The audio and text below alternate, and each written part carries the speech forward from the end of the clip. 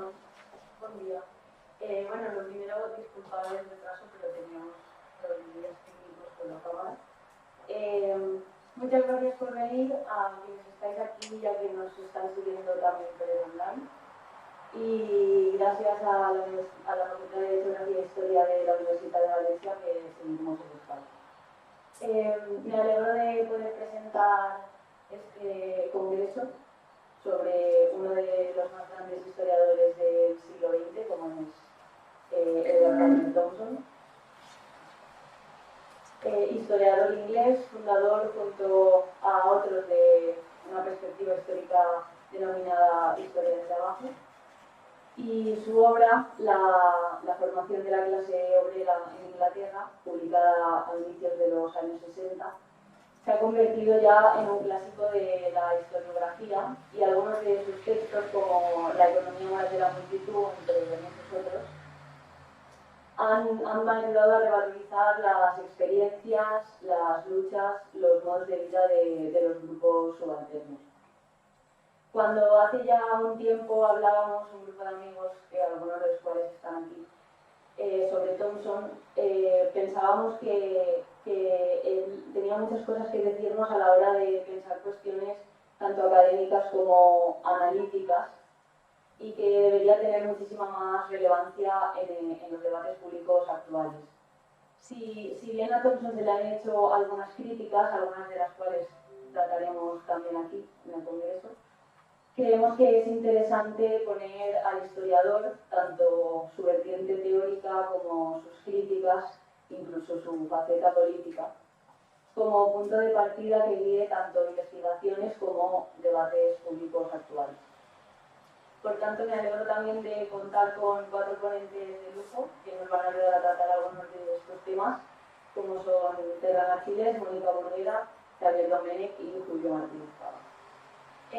Estas ponencias se van a dividir en 2 bloques. Esta primera mesa, que empezará ahora enseguida, tendremos a Ferran Archiles, profesor de Historia Contemporánea en la Universidad de Valencia, experto en procesos de construcción nacional y que ha tratado de trasladar las herramientas analíticas y metodológicas de la historia social a los procesos de construcción de identidades colectivas nacionales. Hoy nos hablará de la particular historia del trabajo de Thompson, relacionándola con un Jacques Rancière historiador que indaga en los sueños de los obreros.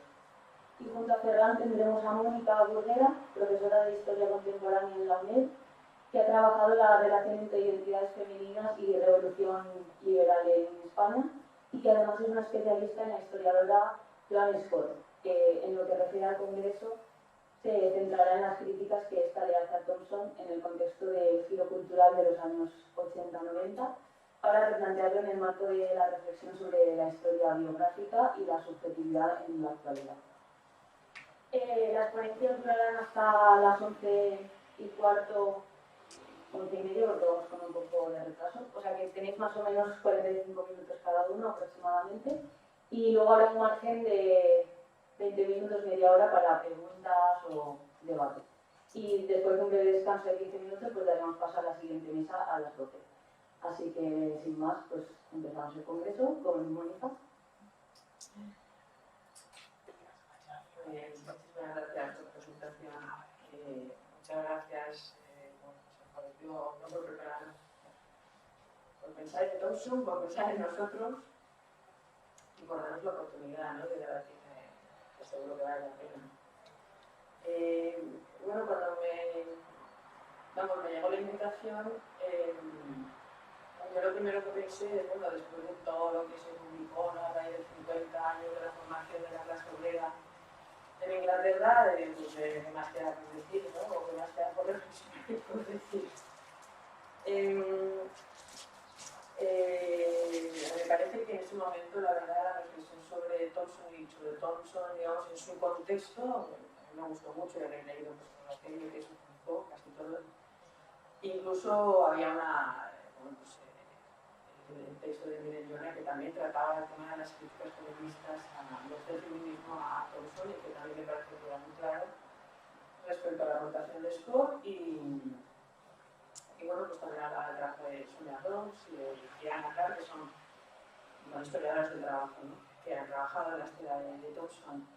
En fin, de todo lo que leí, que me pareció todo, vamos, en general muy bien, o sea, muy completo y que se había ya analizado desde casi todos los puntos de vista, pues yo pensé que quizá lo que podía un poco aportar en mi reflexión hoy era mantener esa perspectiva desde la crítica feminista, pero un poco para, de alguna manera, ampliar los contextos en los que se produjo, los que se siguió produciendo después, y ampliar también, es decir, los contextos de ese giro cultural, ¿no? En los que tiene sentido hablar de la crítica de Scott,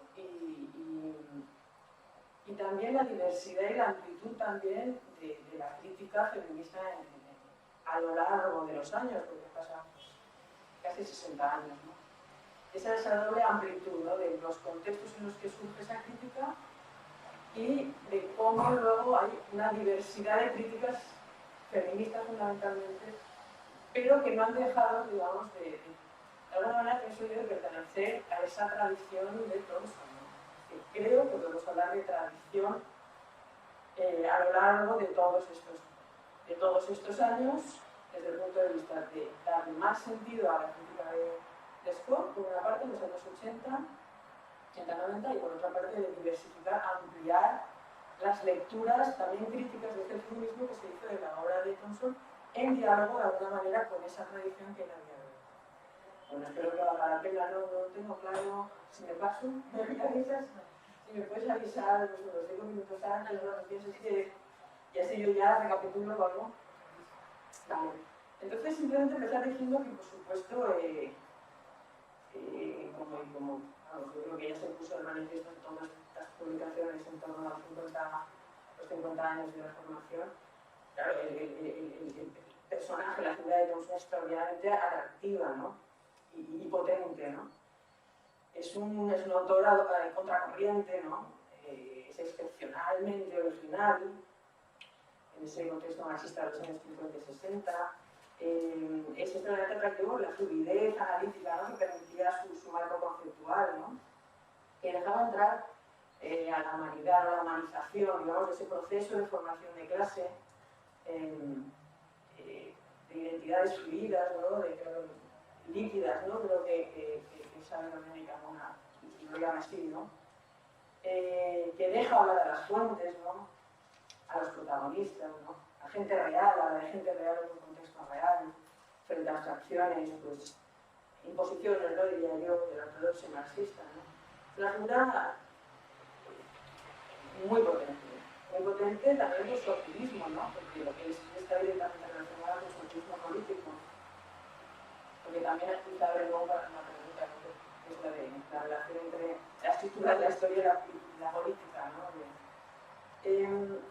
Y es original en concepciones como la experiencia. La diversidad de experiencias, más allá de la proletarización, el trabajo industrial, el impacto de las fábricas, las máquinas, ¿no? del éxodo rural, ese proceso de proletarización, digamos, canónico, ¿no? La propia idea de la lucha de clases, sin clases, el consenso, el control social, la dinámica de un sistema hegemónico desde la perspectiva de la cultura popular permeable, negociadora, ¿no? Cambiante, pero con un horizonte moral que organiza sus jerarquías y sus valores y que filtra la percepción de sus intereses, sus formas de existencia al margen o de forma alternativa a la emergencia de la economía política, del discurso de la economía política, de las nuevas formas de explotación capitalista y posteriormente la experiencia del trabajo industrial. Bien, ahí 6 cosas, siguiendo a él y a Sheffield y quizá destacaría, ¿no? Vamos, muy rápidamente. Uno es la sensación de que Thompson realmente se embarcaba en una tarea historiográfica una historia muy larga, ¿no? Una historia de larga duración, mucho más incluso que los proyectos que la historia se las Oslo en ese momento, es decir, que era recuperar toda una tradición política, desde los años 50-60, una tradición política que estaba pensada a reproducirse a lo largo de generaciones, es decir, que estaba pensada para llegar a proyectarse en su presente, ¿no? O sea, historia con proyección hacia su propio presente, ¿no? es decir, su irrupción, digamos, sobre todo la formación jesuita, fue como volcánica, ¿no? Fue una verdadera cruzada política, ¿no? En ese sentido. Era un manifiesto, ¿no? Antirreduccionista, antiestatista, ¿no? Una noción de clase que conocemos de sobra, ¿no? Dinámica, basada sobre todo que se formaba por gente real, con vidas reales, y tomaba forma sobre todo, digamos, a lo largo, en el medio de la cultura, ¿no? A través de la cultura, culturalmente. Estaba pensada en contra del relato clásico sobre la historia británica hacia de una evolución pacífica y gradual hacia el parlamentarismo, de que hablaba de la lucha por la democracia. Quería también revitalizar al mismo tiempo tradiciones políticas nacionales inglesas, ¿no? Relacionadas con una relectura del radicalismo, pero también del romanticismo, en su crítica a la industrialización, ¿no? a los costes sociales de la industrialización, en un sentido muy amplio, recuperar una figura muy posterior que era la de William Morris. Y sobre todo, yo pienso en una cosa fundamental para lo que quiero decir hoy, es que era una persona que ya situaba el centro de su análisis en la dimensión de la cultura, en ir más allá de lo que había sido la historia tradicional del trabajo, más allá del lugar de trabajo, incorporando esferas de análisis relacionadas pues, con la sexualidad, pero también con la niñez, con la infancia, con la criminalidad, etc. Es decir, claramente sitúa el foco del análisis en la esfera de lo cultural. Y en otra manera de empezar a pensar en la política, más allá de la política formal, institucional, de diversificar, de hablar de política informal, de hablar de formas de resistencia poco reconocidas hasta ese momento y que se situaban en terrenos, en espacios pues poco pisados, digamos, por la historia del trabajo, ¿no? Esto es la historia de la formación de clase. De todo esto salía, de su relato, digamos, salía también la idea que cuestionaba esta idea de la proletarización, de la toma de conciencia de clases clásicas, ¿no? A través de la experiencia en el lugar de trabajo, fabril, las máquinas, etc. La idea de que el artesano cualificado, el artesano involucrado en la política, que releía el radicalismo, los discursos de Paine, etc., era el personaje, era el héroe de su relato, ¿no? Y eso tuvo una influencia enorme, sobre todo también, o sea, por ejemplo, muy sintomáticamente en el primer trabajo de Scott, de John Scott, ¿no? Bien, las dos críticas fundamentales que se le han hecho a Thompson, a este tan sumamente influyente, tan sumamente atractivo, tan sumamente potente y original, ¿no? En ese momento ha venido fundamentalmente desde el feminismo y desde los estudios postcoloniales. Esto lo sabemos, es muy conocida la crítica que le ha hecho Scott, ¿vale? Yo quería, a mí me parece que yo fundamentalmente sí tengo una sensación respecto a todo lo que he leído publicado en torno al 2013, 2014, respecto a esos 50 años de la clásica de la Convención Baja, sí tengo la sensación de que el recuperar a la figura de Thompson de alguna manera pasaba por el filtro, por recuperarlo a través del filtro de toda esta crítica posmoderna, ¿no? Llamada posmoderna. Y que, bueno, Scott era fundamental en ese sentido, ¿no? Y entonces a mí me apetece ampliar, yo lo que quiero es ampliar el foco. Primero para entender mejor lo que yo creo que es mucho más que podemos hablar de un diálogo, es decir, de una autocrítica desde dentro.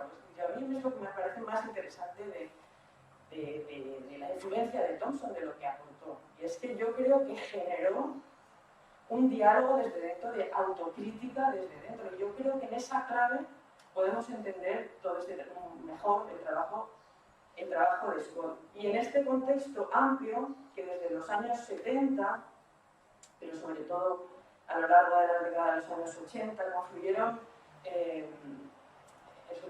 distintas sensibilidades o diferentes corrientes historiográficas en torno a lo que era la relación entre lenguaje y con realidad, ¿no? Y las implicaciones que esto tenía para la disciplina histórica.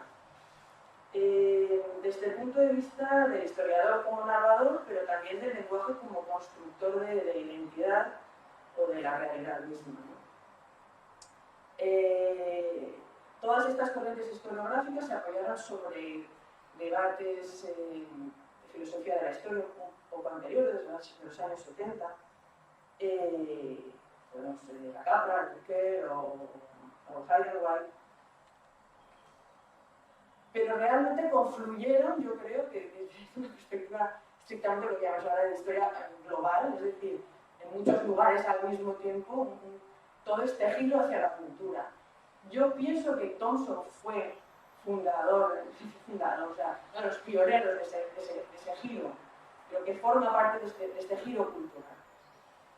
Así que la historia sociocultural en general del marxismo británico, del que fue realmente a nivel teórico él se ha convertido en cabeza visible, ¿no? O referente más visible, pero también estamos hablando pues, de la cuarta generación de análisis, estamos hablando de la historia conceptual alemana en torno a Husserl, que la cuarta generación de análisis en torno a Chartier o a Rebel.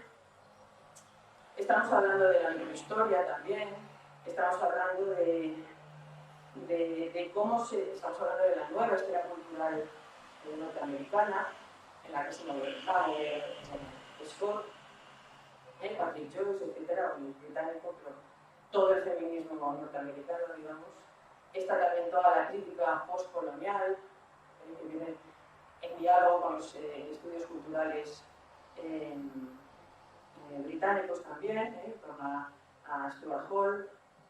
Estamos hablando también de la antropología de Clifford Geertz. Es decir, yo creo que hay todo un giro cultural al que yo creo que Thompson, digamos, de alguna manera favorece, forma parte de ese cambio de sensibilidades, es pionero en ese cambio. A mí me parece que las tradiciones historiográficas, estas tradiciones historiográficas diversas y teorías culturales diferentes ofrecieron, yo creo, una crítica heterogénea, pero muy convincente a la historia tal y como se solía escribir. Y cuestionaron sistemáticamente los grandes paradigmas hasta entonces, ¿no? Como era y desde dentro, lo hicieron desde dentro, como era pues, la historia, la escuela de análisis, la teoría de la modernización y el propio marxismo. Es decir, todos desde dentro contienen su propia crítica. Y esto es lo que a mí me apetece, en lo que a mí me apetece hacer énfasis hoy, uno de los aspectos, ¿no? La crítica desde dentro. En los debates de los años 80 y primera mitad de los 90, en torno a la que se consideró por muchos historiadores, ¿no?, una gran crisis epistemológica, se tendieron a polarizar, contrario a esta idea que planteo yo de crítica desde dentro, dos posturas opuestas y supuestamente irreconciliables. Por una parte, las perspectivas que estaban relacionadas con explicaciones totalizadoras, la pretensión de objetividad y el determinismo económico, y por otra, las que promovían historias fragmentarias, la subjetividad del conocimiento y la determinación lingüística. Que reproducían en gran medida los debates en torno a la modernidad, posmodernidad de esos años 80-90. Yo creo que en la distancia esta polarización, a mí por lo menos, me parece un poco artificial, excesivamente sobreteorizada. Y es por eso por lo que yo hablo de un diálogo en una tradición, es decir, una crítica desde dentro. Me parece que es más productivo pensar en Thompson, en su legado, en esos términos, y entender las críticas también en esos términos.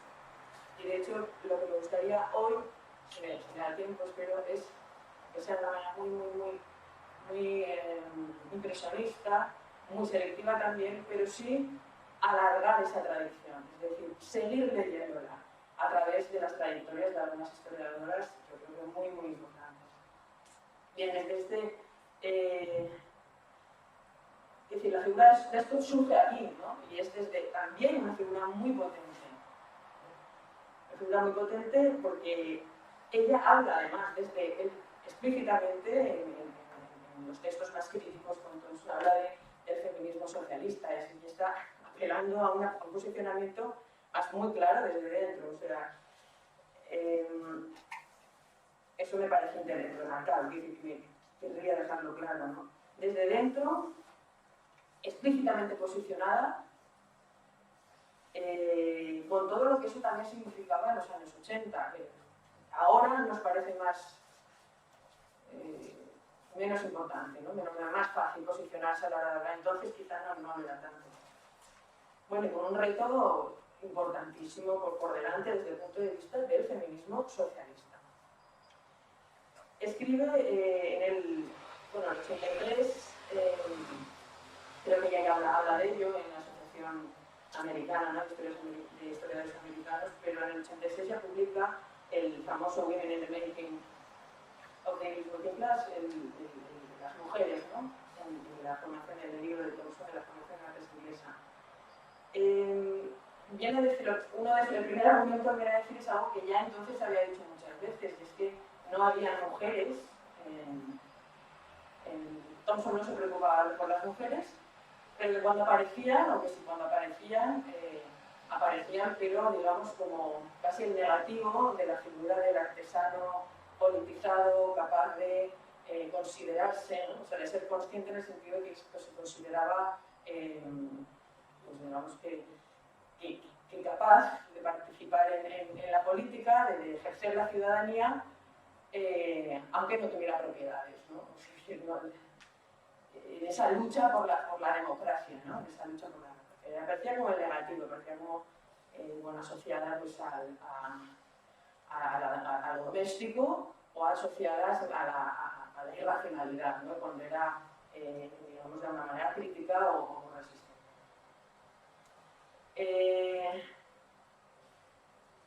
El segundo argumento que decía es, por un lado, la ausencia de mujeres, ¿no? de falta como de atención a ellas, y cuando aparecen, bueno, pues son secundarias, como que no tienen nada que hacer en su relato de Thompson. El segundo punto que hacía tenía mucho que ver con el primero.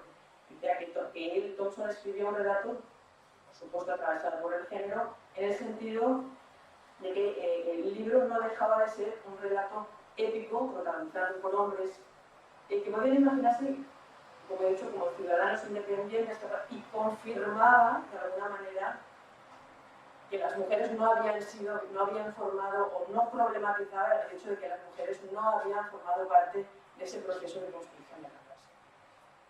Ese relato épico y progresivo también, ¿no? Porque lo es. Bien, estas críticas, ya digo que ya se habían hecho antes en términos generales, y ahora nos parecen muy evidentes, ¿no? Lo que sobre todo ya decía, lo que se va a hablar mucho es de problematizar, bueno, pero cómo operaba el género es decir, ¿por qué no aparece? Porque él siempre ha dicho, bueno, es que no puse más mujeres porque no aparecían las mujeres. Claro, la crítica que se le hace es, habría que problematizar por qué no aparecieron en las fuentes, ¿no? ¿Por qué no formaron parte de ese relato construido a lo largo de las décadas finales del siglo XVIII y de las décadas? Habría que preguntarse eso, cómo operaba el género, ¿no? Cómo funcionaba. Escribe también el otro texto muy conocido, que es el de la prueba, la experiencia como prueba, como simplemente experiencia. y viene a decir pues eso, que la experiencia, que el concepto central de Thompson, que simplemente no es neutro, está atravesado en ese contexto por el género, pero que simplemente siempre la experiencia está mediada ya por los contemporáneos y por las propias fuentes, están mediadas por la construcción que las personas hacen al producir esas fuentes, además está mediada por la visión del historiador a la hora de contar la experiencia. Bueno, hay que deconstruir los significados asociados a la experiencia. Tal como la utiliza Thompson, no nos vale. Hay una crítica muy conocida, y de unas años más tarde, de Catherine Canning, dentro de la historia también del trabajo, que habla del feminismo después del giro lingüístico y lo que viene a decir es a preocuparse por esa categoría de experiencia y decir, bueno, muy bien, tenemos que deconstruirla, pero es que necesitamos a la categoría de experiencia y Scott no nos da una definición. Está muy bien que deconstruyamos, que pongamos en piezas, que analicemos cómo la diferencia se articula a través de los juegos lingüísticos. Es cierto que no es neutra, pero es que el feminismo necesita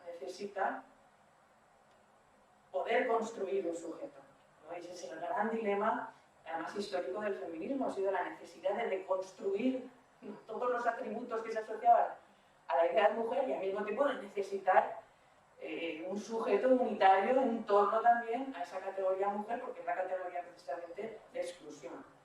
Es decir, Scott llega con argumentos que en parte ya se han dicho, que son conocidos en ese momento, con un reto, yo creo que teórico muy, muy interesante, que desde el propio feminismo socialista empieza, digamos, a digerirse y a cuestionarse también. ¿De acuerdo? Entonces tenemos debates abiertos, desde ese momento tenemos siempre debates abiertos. Esa es otra idea que me gustaría también dejar clara. Tenemos la tradición de Thompson desde dentro y se crean debates abiertos desde el propio feminismo. Y por último, la concepción de género, la definición de género de Scott. Para ella no le sirve en ese momento, dice que, no, bueno, que desde el socialismo feminista hay que teorizar una categoría que les resulte útiles a las historiadoras y a los historiadores y las mujeres, que les resulte útil, y por eso se pone a la tarea, ¿no? No le sirve el patriarcado, no le sirve el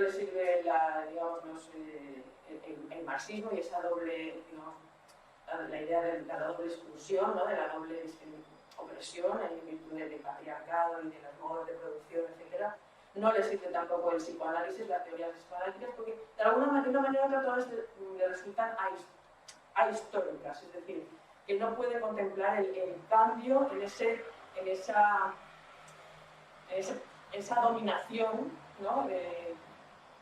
En torno a la diferencia sexual, ya que además me parece excesivamente, digamos, que fija identidades, fija una identidad masculina y una masculina femenina, y de una manera ahistórica.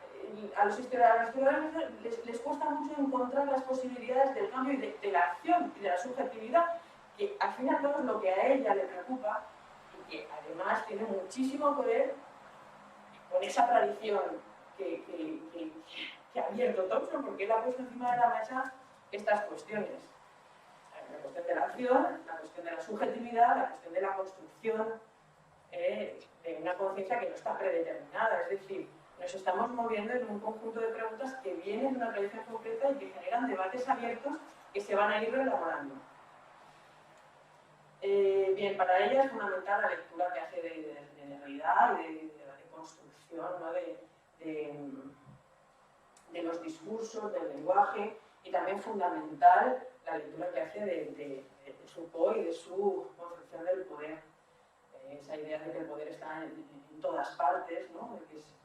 Y de que contiene poder y contrapoder al mismo tiempo. Es decir, para ella es una manera de poder concebir el cambio, de la resistencia y del cambio dentro de lo que son estas otras teorizaciones, o al contrario de estas teorizaciones del patriarcado, del psicoanálisis, ¿no? Que habla como de un sistema de denominación casi fijo.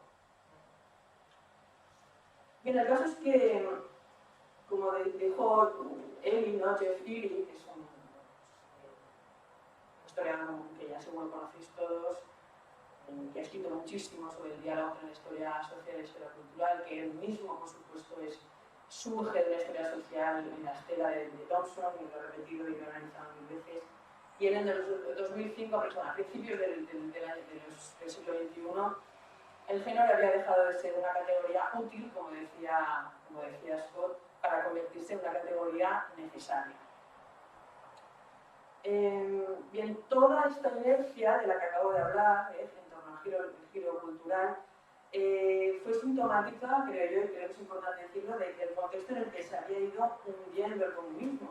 Con él la fe en los grandes relatos, al menos desde la izquierda. Es un debate historiográfico que se articula políticamente desde la izquierda. Es que eso a veces nos pasa, no a nosotros, pero es decir, a veces cuando se habla de las corrientes historiográficas, yo creo que es fundamental siempre posicionarlas políticamente, porque no son políticamente neutras. Y eso yo creo que actualmente es muy, muy importante hacerlo, pienso yo, en todos los debates en torno a la globalización y todo esto.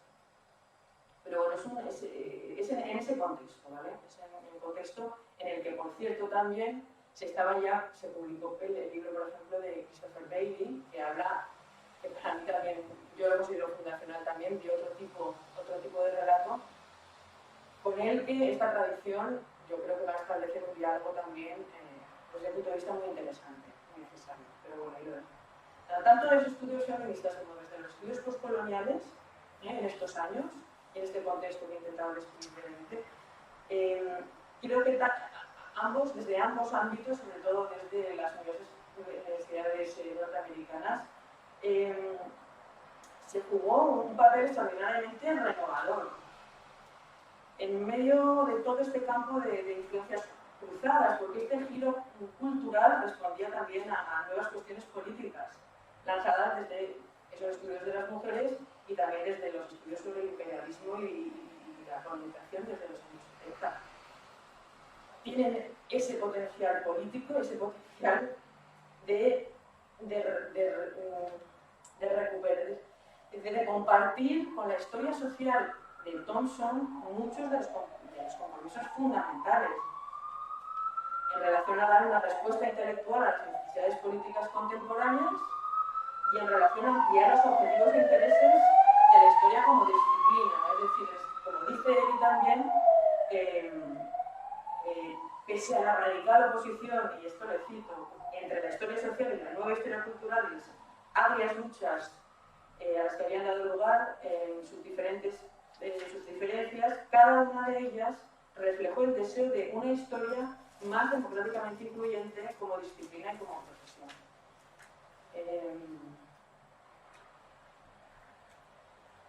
Bien, ahora simplemente me gustaría hacerlo muy rápidamente, pero sí prolongar esas y hacer énfasis no solamente en que era un espacio de crítica desde dentro, que había cuestiones y tensiones que las abría y no las cerraba, que generó debates desde dentro, siempre en la estela del trabajo de Thompson, me parece a mí. Pero que también esas críticas fueron muy diversas, fueron muy distintas y se han reelaborado de formas distintas también después. Y por eso me gustaría intentar dar esa sensación de, a través de tres historiadoras, grandísimas historiadoras muy, muy importantes dentro sobre todo de la historia británica y de esa tradición thompsoniana y la del marxismo británico, de tres historiadoras fundamentales como son Carol Stillman, Barbara Taylor y Catherine Hall. A ver, esto va a ser simplemente intentar llamar la atención sobre tres ideas a las que las voy a asociar y sí intentar trazar un poco esa idea de trayectoria, de reelaboración y de enfrentarse a los retos que se han ido poniendo en los distintos contextos historiográficos a los que se ha sometido ese legado thomsoniano. Va a ser un recorrido muy impresionista y muy selectivo, pero pretendo trascender esa imagen de un debate entre dos polos opuestos, ¿no? Lo que nos va a proporcionar son tensiones analíticas abiertas, y aunque también es verdad que todas estas tensiones de alguna manera y estos debates y esa idea de esos dos polos, no es algo que yo traigo aquí nuevo, sino que realmente esas tensiones se han diluido a lo largo de la última década. Los debates parecen haberse difuminado y casi desaparecido, ¿no? Pero incluso ese último giro, ese giro que parece que hemos hecho todos hacia global, ¿no? Con muchísimas cosas que eso significa, también me gustaría apuntarlo al final, ¿no? Bueno, por una parte, simplemente apuntar que la tradición directa, un grueso de bibliografía y historiografía directamente relacionada con Thomson y con la historia del trabajo, es la que se produjo en el ámbito, sobre todo anglosajón, diría yo, en torno a Sonia Rose, Daphne Canning, que las he nombrado, Anna Clark, es decir, a historiadoras del trabajo, ¿no? Y el reto con el que ellas se enfrentaron es una historiografía muy productiva hasta principios del siglo XXI, o así más o menos, y que luego lo que ha hecho es complejizar trasladar este análisis en clave de cómo se interacciona la clase y el género, trasladarlo a ese nuevo escenario global. Básicamente lo que ellas se propusieron hacer es cuestionar esa superposición de, por un lado, la idea de la proletarización de la historia del trabajo clásica y, por otra parte, la historia de las esferas separadas.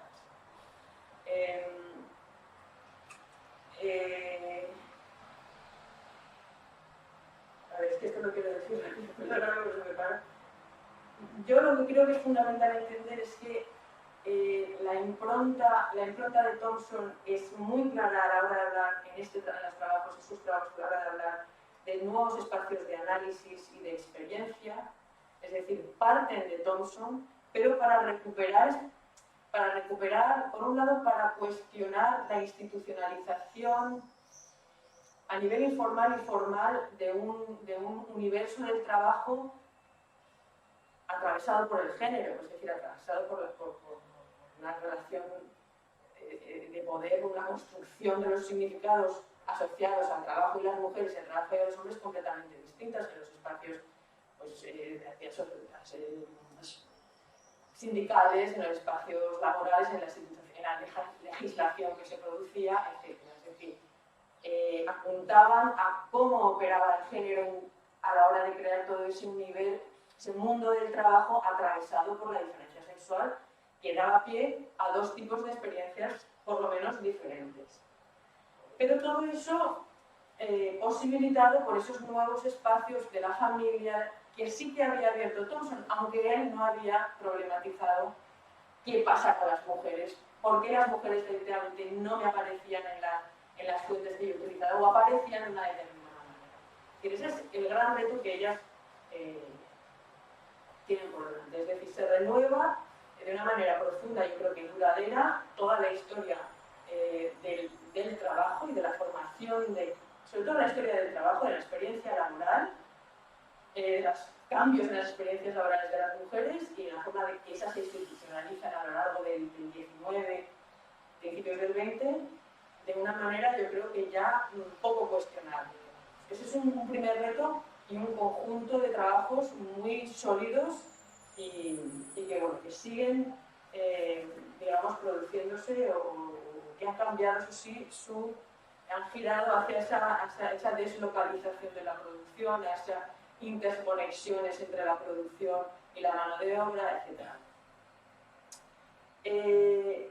Pero el gran reto que todavía sigue sobre la mesa, que ha puesto sobre la mesa Thomson y que es crucial para las feministas, como hemos visto en concreto, como también lo es para los estudios postcoloniales, es el tema de la subjetividad, de la construcción de las posibilidades mismas que existen de construir de reconstruir la subjetividad de las personas, ¿no? De los sujetos históricos. Si existe o no existe, es un gran reto. Y en ese sentido, la historiografía feminista fue pionera y pionera por necesidad, creo yo, y creo que ofreció se embarcó en una complejización teórica, a veces excesiva, pero absolutamente necesaria para cuestionar, porque tenía que cuestionar estructuras narrativas duraderas, ¿no? Es decir, de alguna manera acabó siendo casi una enmienda a la totalidad desde el punto de vista epistemológico por verdadera necesidad de deconstruir y de volver a construir. Muy difícil, ¿no? O sea, el volver a construir. Bien, como os he dicho, me voy a fijar en estas tres historiadoras, ya sí que 3 pinceladas de cada una.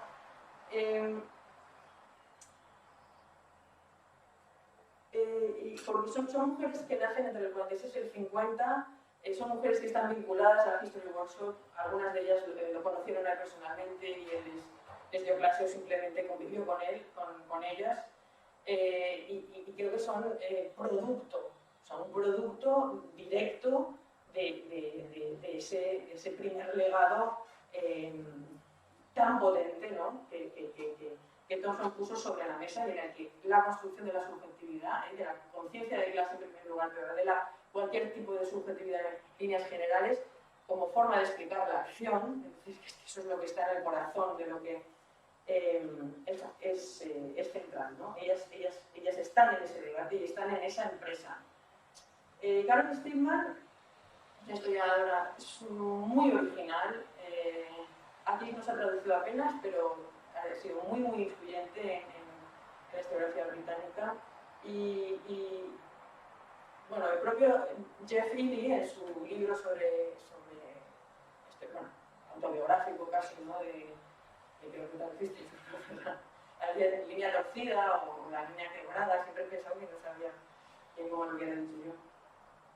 Ya la utiliza un poco como, digamos, ejemplo de ese transitar hacia la historia cultural, de decir, podemos hacer historia cultural sin prescindir de los compromisos fundamentales de la historia social, que era lo mismo que él había vivido y lo que él estaba proponiendo en ese libro, ¿no? Ese diálogo entre una y la otra. Bien, hay un libro fundamental que ella escribe en 1986, que es autobiográfico y biográfico, que es el de Landscape for a Good Woman. No sé si os suena, pero es absolutamente recomendable si no lo conocéis, si no se ha traducido, que yo sepa, ¿no? Y es fundamental. Y ella, la cuestión que pone a través de ese libro, ella habla de su niñez y de la vida, o sea, de su niñez, del contexto autobiográfico, y de la vida de su madre en los años de su niñez, en los años 50, o 60, del recuerdo que ella tiene de su madre y de cómo su madre le cuenta su propia niñez en los años 20. Cómo esa niñez de su madre, a través de su madre misma la utiliza para articular, en definitiva, su propia conciencia de clase. El problema aquí es que es una mujer, según ella, que articula su conciencia de clase, porque no deja de ser un claro drama de clase, como ella dice, a través del sufrimiento, de la sensación de injusticia, pero también de la envidia, del resentimiento y también de una persona que había votado conservador siempre. Es decir, ¿qué hacemos con las personas, con las conciencias de clase que no caben, que no encajan en el relato ya no clásico de la proletarización, sino en el relato de clase épico de estos héroes que luchan por la democracia de los que nos hablaba Thompson? Esa es su gran pregunta, de cómo reconstruimos la subjetividad de estas personas, muchas mujeres, que no entran, aunque Thompson podía hablar, y ahí volvemos a la crítica que le hacía Scott y en general todo el feminismo respecto a no has problematizado por qué no están las mujeres. Thompson, dejando hablar a las fuentes realmente, que es algo que también tiene su tensión, dejando hablar a las fuentes, no había sido capaz de recuperar las voces y las conciencias de clase, por decirlo de alguna manera, que no entraban en ese relato ético que realmente eran las propias fuentes las que le estaban contando. Es decir, las propias fuentes, digamos, que oscurecen, no sé si estoy siendo claro, oscurecen otros potenciales. No solamente es que no entraran las mujeres, sino que muchos hombres tampoco entraban. Su propio padre tampoco entraba en ese relato de construcción de la conciencia de clase.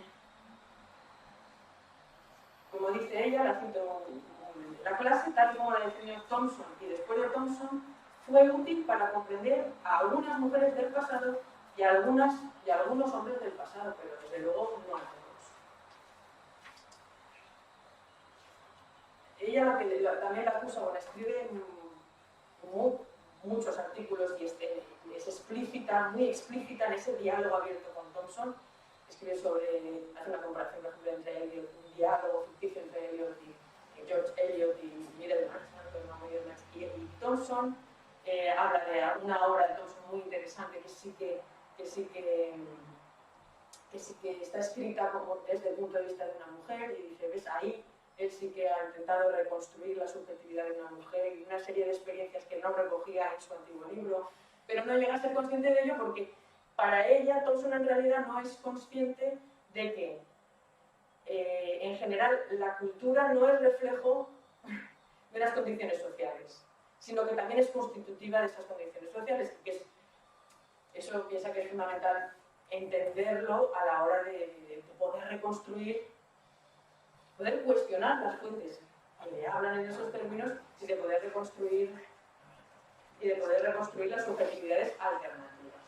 El otro nombre en el que me voy a detener es en Barbara Taylor, también muy tiempo. Bueno,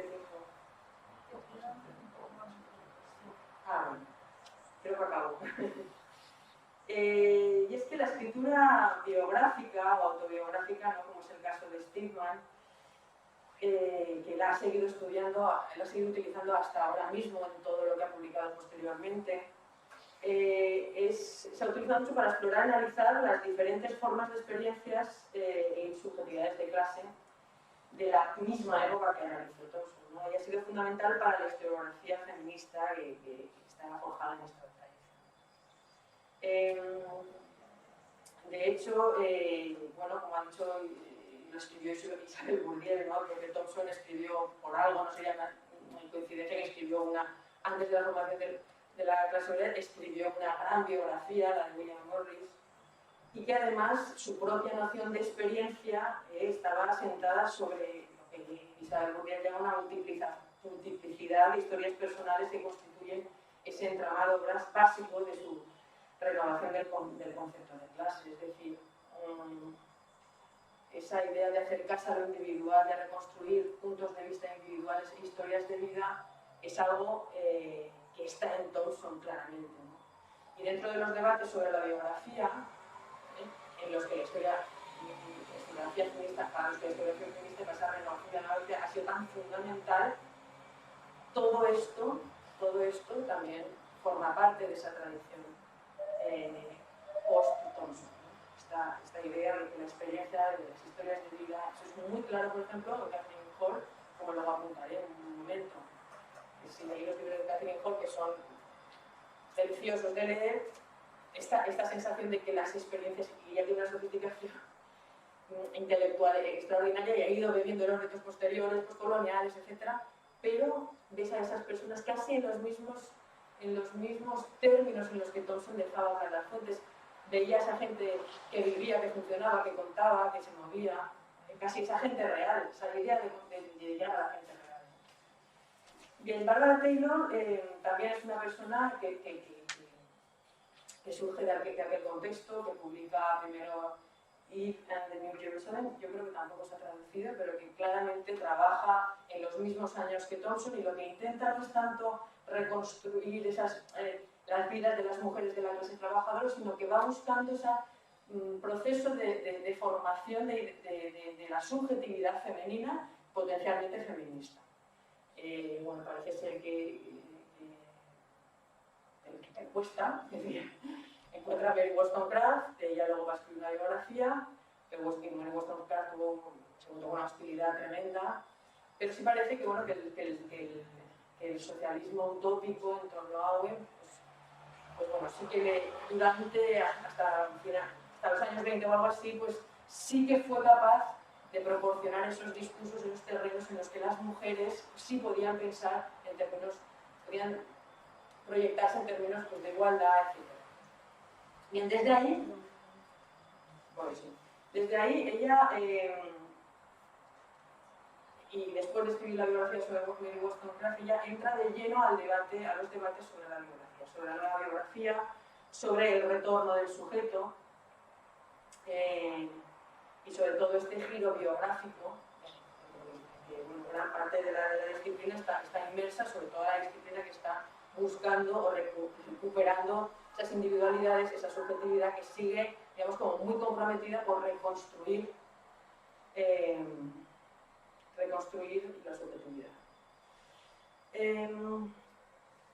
Entonces, por una parte, en el contexto de que ella hace esto, de finales de los años 90, por una parte trabajar, principios del siglo XXI, trabajar considerando exclusivamente la naturaleza discursiva del contexto y del sujeto, había un campo, un amplio horizonte analítico extraordinariamente atractivo para imaginar relatos biográficos, ¿no?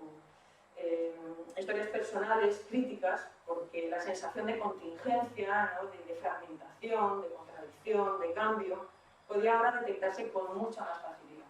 Es decir, ahora había algo en que nos había enriquecido todo este prestar atención a la esfera del lenguaje, de los discursos, de la diferencia y de la deconstrucción, ¿no? de los mismos. La propia idea de la performatividad, ¿no? Fue fundamental, ha sido fundamental para toda esta historiografía, esta nueva biografía. Pero entonces, ¿qué pasaba? Que los historiadores no podían considerar la experiencia o los condicionantes materiales como punto de partida a la hora de interpretar el cambio histórico, es decir, nos dejaba con esa incapacidad. ¿Cuál era la capacidad de explicar la formación y transformación de las identidades a través exclusivamente del análisis discursivo, sin establecer ningún tipo de relación causal entre ser social y conciencia, entre experiencia e identidad, entre las estructuras discursivas de la acción humana, entre las representaciones y las prácticas? Es decir, si nos pasamos al campo del lenguaje del análisis discursivo, es decir, hemos perdido la capacidad de incorporar la experiencia, cualquier enlace con una potencial, aunque no sea aprensible, no realidad externa al lenguaje, nos quedamos ahí. Y entonces a lo largo de estas décadas, él ha aparecido, y de todos, si uno hace una lectura así un poco sucinta por todos los debates, los grandes debates fundamentales en torno a la biografía, desde los años 90 hasta en torno a 2010, tiene la sensación de que Thompson siempre se acaba recogiendo, siempre se acaba recogiendo, como el recuerdo de que hay unos compromisos con los que debemos mantener, que hay unos compromisos con esa individualidad, con esas gentes reales en contextos reales, que no se pueden perder. Y sigo insistiendo, creo que esas son tradiciones todas post-Thompson. Es decir, Thompson continúa estando en los debates y tensiones abiertas una vez transitado el giro cultural. Bien, Taylor lo que es, esto escribía en 2013, es extraordinariamente crítica con lo que ella considera que es ese sentido común de la disciplina que se ha sentado ya en torno a esta, digamos, este solo prestar atención, esta historicidad, ¿no? esta concepción de la subjetividad como algo exclusivamente discursivo y desconectado, que tiene la capacidad de reproducirse en distintas direcciones de forma casi desconectada de cualquier punto de experiencia en el sentido de Thompson, ¿no? Ella intenta argumentar que la comprensión histórica implica una conexión empática entre el historiador o la historiadora y los seres humanos objetos de estudio. Una conexión que es posible por las similitudes que, como miembros de la misma especie, compartimos las subjetividades individuales a lo largo del tiempo y del espacio. Es decir, ella de alguna manera, y de una manera un poco de moda, ¿no? O sea, lo que pretende es volver a un cierto humanismo alejado del historicismo radical del postestructuralismo y de su muerte del sujeto en los pliegues del discurso, ¿no? Diríamos. Sí, y nada, simplemente terminar, la última persona que quería comentar, que no voy a entrar para nada, pero es Catherine Hall, y que sí que me parece interesante que por lo menos la tengáis en la cabeza, porque es una persona que, así como Stillman ha significado la evolución, o el tomarse en serio la historia cultural sin olvidarse de la historia social.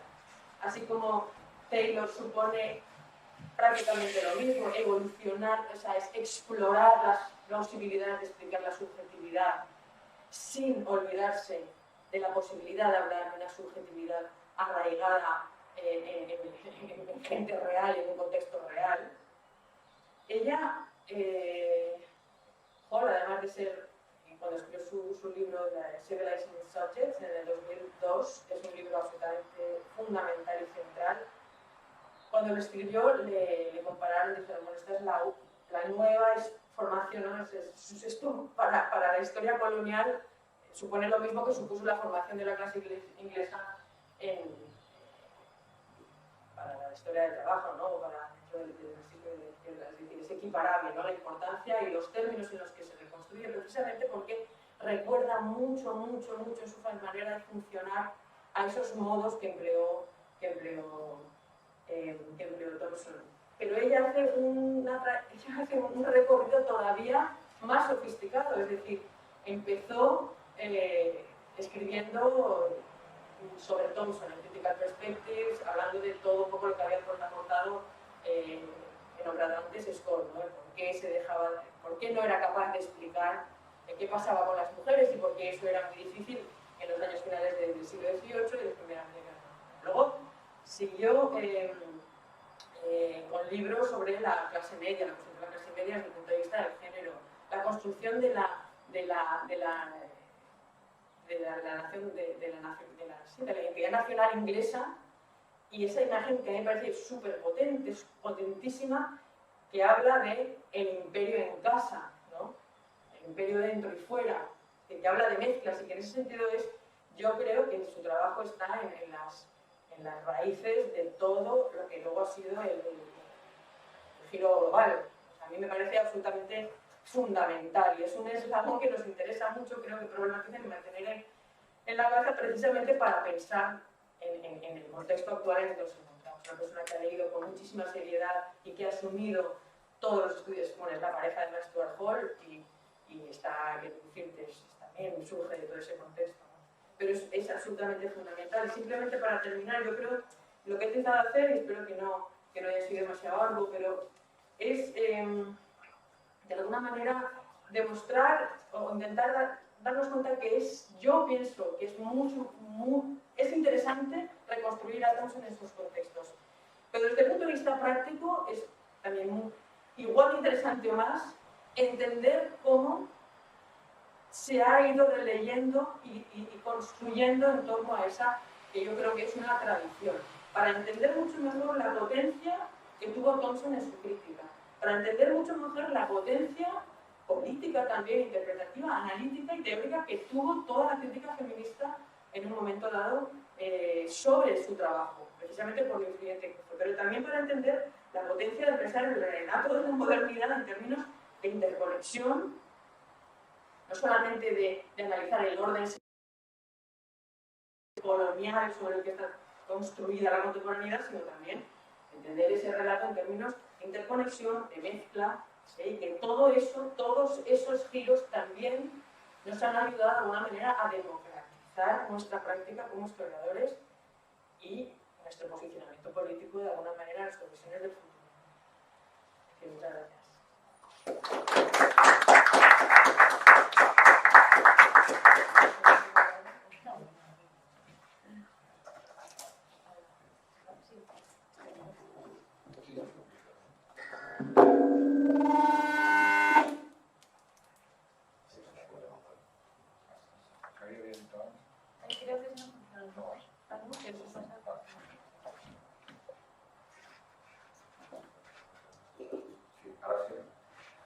Doncs bé, en primer lloc, moltes gràcies a Pont per haver tingut la iniciativa d'organitzar aquesta jornada, que me pareix una iniciativa fantàstica i que molt content de poder-ho fer en la Facultat de Geografia i Història, que agrair al deganat de la Facultat de Geografia i Història que ens ha cedit la sala.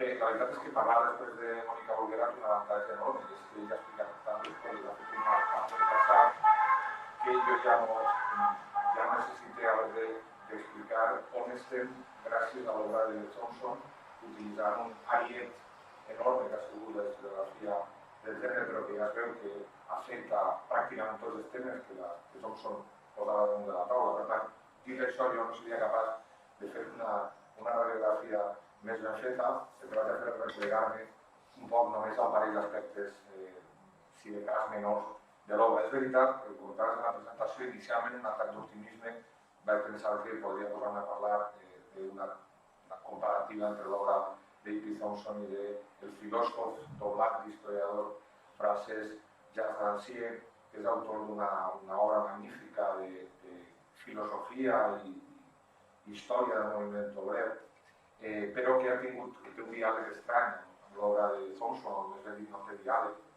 Tot i que aquest diàleg és possible, jo he descobert que aquest diàleg és possible gràcies a Caroline Stillman, perquè resulta que,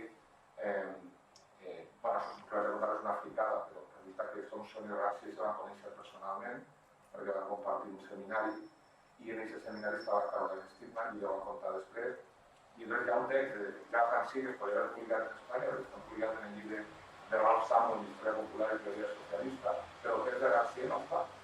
Perquè com a tradició espanyola és la pareix, el text de Rancière, i aleshores Rancière és aparegut de l'àmbit de la historiografia espanyola, perquè no ha jugat absolutament cap paper, no hem tingut com a referència. Però no, de parlar de Rancière, perquè vaig a parlar d'una altra cosa, igualment menor, però sobre la que està reflexionant estos dies i sobretot literalment aquests dies. Vaig a parlar més enllà de la connexió entre l'obra d'E.P. Thompson i l'obra de Gramsci, la influència o l'impacte que ha pogut tindre i què conseqüències deu ha pogut tindre això. D'entrada, tot i que és una obvietat, per als no historiadors val la pena recordar que segurament les obres d'E.P. Thompson que són mínimament imprescindibles són la formació de la classe obrera a Anglaterra, naturalment, i després el recull d'articles en els quals va estar treballant anys i anys i anys allà de la seva vida, i clar, el seu final és el llibre Costums en Comú, els llibres estan publicats en la segona editorial del Capitán Swing, i concretament Costums en Comú està prologada per el Julio Martínez Cabal, que està sempre present, ja l'escoltareu després. L'obra de Thompson està raonablement ben traduïda en Espanya, perquè fa a l'obra historiogràfica, molts dels seus treballs s'han publicat a Barcelona i altres s'han publicat a València. A més està publicada la traducció de la biografia de William Morris, que és un llibre una mica singular perquè és una biografia d'una figura aparentment menor per a les nostres latituds, molt allunyada de probablement algunes qüestions, però en canvi resulta un treball absolutament magnífic. Jo recordo perfectament que és el primer llibre de Thompson que vaig llegir i així estem, tants anys després. Vull dir, és evident que és un llibre que a mi m'enganxava, em va canviar la vida, bàsicament, aquestes coses que de vegades els llibres fan, per exemple, el llibre de William Morris. Està quasi tot un llibre traduït al castellà, al català poquíssim, malgrat les dues grans ciutats de traducció de Thompson són Barcelona i València, està poquíssim traduït. Jo vaig fer un intent per traduir la formació del que encarregat, que traduir la formació de la classe obrera al català, però és un llibre molt gros, és un llibre molt car i és molt complicat de traduir. Però bueno, jo diria que aquestes serien un poc les hores. Després hi ha altres llibres i altres treballs, ara després no puc citar un treball, però bueno, jo diria que si algú vol començar a llegir l'obra de Thompson, aquestes serien les dues obres fonamentals i a partir d'ahí ja pues, tota la resta. Thompson jo crec que, bueno, vaig a dir un parell d'obvietats, tota la reflexió de Thompson parteix d'un punt de vista, òbviament és un autor autodeclaradament marxista, o serà sempre, al llarg de tota la seva vida. Tot el nucli de la seva obra, almenys aquestes obres que he comentat, té a veure amb una posició pel que fa a la historiografia marxista i al pensament del marxisme en una direcció doble, d'una banda una dimensió historiogràfica i d'altra banda una dimensió estrictament política. Thompson es situa com un historiador, com un marxista molt crític amb una interpretació economicista o de determinisme econòmic, i sobretot a ell li preocupa especialment la idea de la metàfora de la base i la superestructura com a imatge que en realitat ha fet més mal que bé, pensa Thompson a l'hora de poder dur endavant una reflexió marxista. És a partir d'ahir que naixerà tota la seva relectura del concepte d'experiència viscuda, com una forma d'articular un concepte útil per a trencar amb el determinisme econòmic, per incorporar la capacitat de l'agència, com ell acostumarà després a dir, que a partir d'ahir tots l'estem, i com a partir d'ahir seria possible plantejar els problemes d'aquesta trajectòria que ha traçat magníficament en Mònica a propòsit de les subjectivitats i com reintroduir-les l'explicació de la subjectivitat de l'acció a través de l'experiència i aquesta riquesa immensa que no ha acabat i confiem que no acabarà, que ell continuava en un àmbit de reflexió, un àmbit de reflexió molt potent per a la història i no només per a la història. Eixa fonamentació historiogràfica era política. Per a Thompson això estava directament vinculat a un context molt específic del que es produís, com sabeu, a partir de 1956, amb els fets a Hongria, la invasió soviètica, en principi el 20è congrés del Partit Comunista, on se fan les revelacions sobre l'estalinisme i després ja l'invasió d'Hongria, i per tant això provoca en l'obra de Thompson, el pensament de Thompson provoca un moment de trencament dramàtic. Thompson ha passat militant del Partit Comunista Britànic, ha estat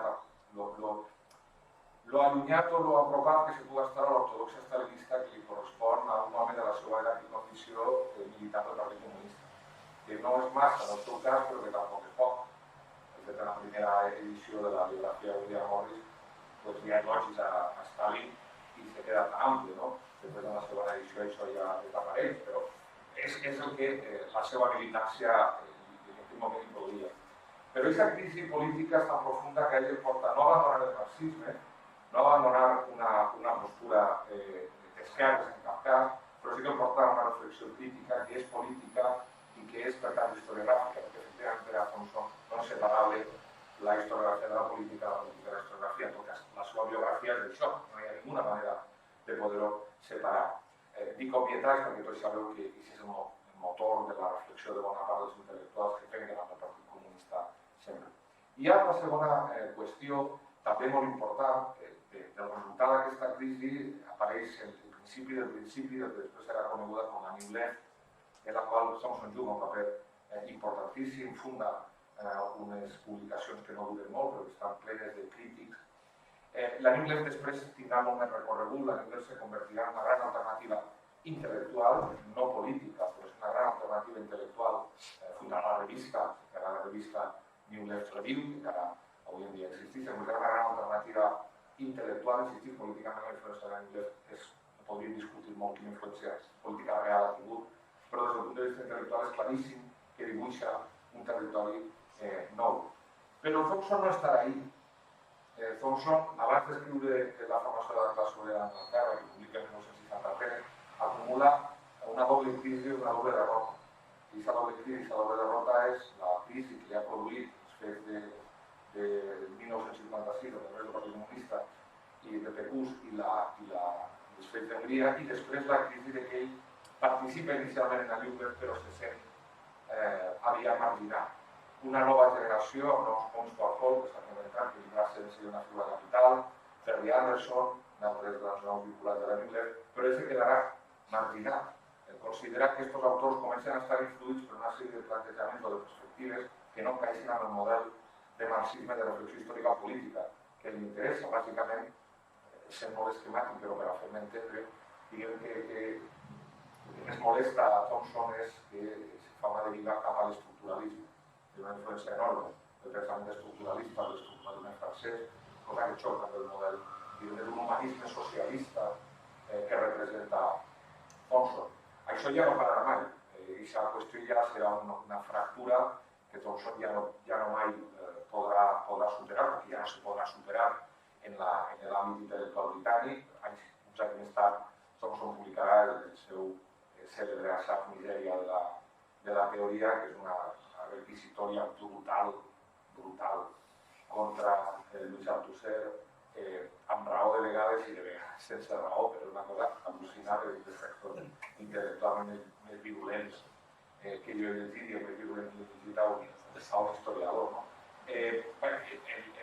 Aquesta divisió ja per a ell ja no se podrà superar mai i l'obra de Thompson continua en un altre sentit. Però en aquest moment, aleshores, la seva resposta és descriure la formació de la classe obrera a Anglaterra, on articula, per tant, una voluntat alternativa historiogràfica, marxisme determinista, però també una voluntat alternativa d'un marxisme humanista, d'un humanisme socialista, el que creu que podria ser el futur polític de l'esquerra britànica, recuperant inicialment l'impuls del que ell pensava que podria haver sigut la nova esquerra i que després deriva en una cosa diferent. La formació de la classe obrera d'Anglaterra és, per tant, el llibre que ell d'una derrota doble. I aquest és un fet que m'ha fet pensar, i ara va un dels fils argumentals que voldria plantejar avui, que no és ni en absolut original, simplement ho posaré damunt de la taula, la importància que tenen les derrotes per a la construcció de grans obres de l'esquerra, del pensament de l'esquerra. De victòries anem justes, doncs almenys que les derrotes poden servir per a fer alguna cosa. L'obra de Gramsci és el resultat també d'una derrota. Gramsci és un filòsof, inicialment és un altuserià, inicialment maoista, i que després de maig del 68 comença a mirar la seva postura i bona, si no s'ha arribat a cap lloc, i aleshores elabora una reflexió històrica, un llibre, uns llibres, la paraula obrera i els fills de la mitjanit, no, la moderna, que és una reflexió que tracta de donar la paraula als obrers. No? Però més interessant que això, el llibre d'esta derrota que vincula a l'altra derrota, que és la que volia comentar jo, que és l'obra de Gramsci. Els quaderns de la presó són un llibre d'una derrota. Gramsci escriu els quaderns de la presó quan està a la presó, òbviament, quan ell està experimentant una derrota. I és això el que el motiva a escriure. La derrota no s'està en presó. Estar en presó per a Gramsci no va ser mai la derrota. La derrota era la derrota de l'esquerra. La derrota del comunisme internacional, el trencament de l'horitzó de la revolució bolxevic, és el trencament, és el fracàs absolut en l'oposició al feixisme, és la mala interpretació que s'ha pogut fer del que representa el feixisme de la política italiana. És un llibre escrit, per tant, des d'una derrota. No? Per tant, aquestes derrotes uneixen l'obra de Gramsci. Però ara, en una triple pirueta mental, he de dir que el llibre de Thompson no té cap influència, Gramsci no juga cap influència en la formació de la classe obrera a Anglaterra. I aquesta és una qüestió interessant. Segons per ell, les primeres traduccions, la primera traducció a l'anglès que se fa de Thompson se fa en The New Visionary, que és una revista que funda Thompson.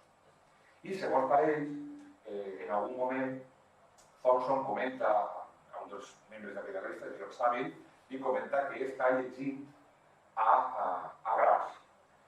Òbviament, estem parlant d'un autor que l'obra està escrita en italià i que l'únic historiador britànic de veritat accés directe a l'obra de Gramsci és Eric Hobsbawm.